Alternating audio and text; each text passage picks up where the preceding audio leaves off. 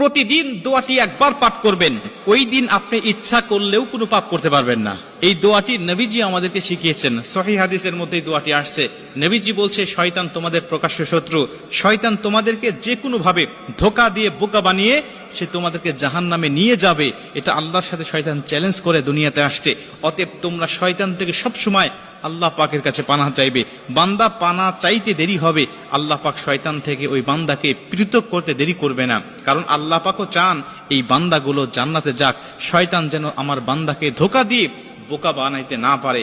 এজন্য আপনি এই দোয়াটি পাঠ করবেন। আবু দাউদ শরীফের বর্ণনায় হযরত আমর ইবনে আস রাদিয়াল্লাহু তাআলা আনহু হাদিসটা বর্ণনা করেছেন। তিনি বলছেন, নবীজি আমাদেরকে এই দোয়াটি শিখিয়েছেন আর বলেছেন, তোমরা এই দোয়াটি প্রত্যেকটা দিন যদি একবার করেও পাঠ করতে পারো, তাহলে আল্লাহ পাক ওই দিনের জন্য, ওই দিন এবং ওই রাত 24 ঘন্টার জন্য আল্লাহ তোমাদেরকে শয়তান থেকে পৃথক করে দিবে।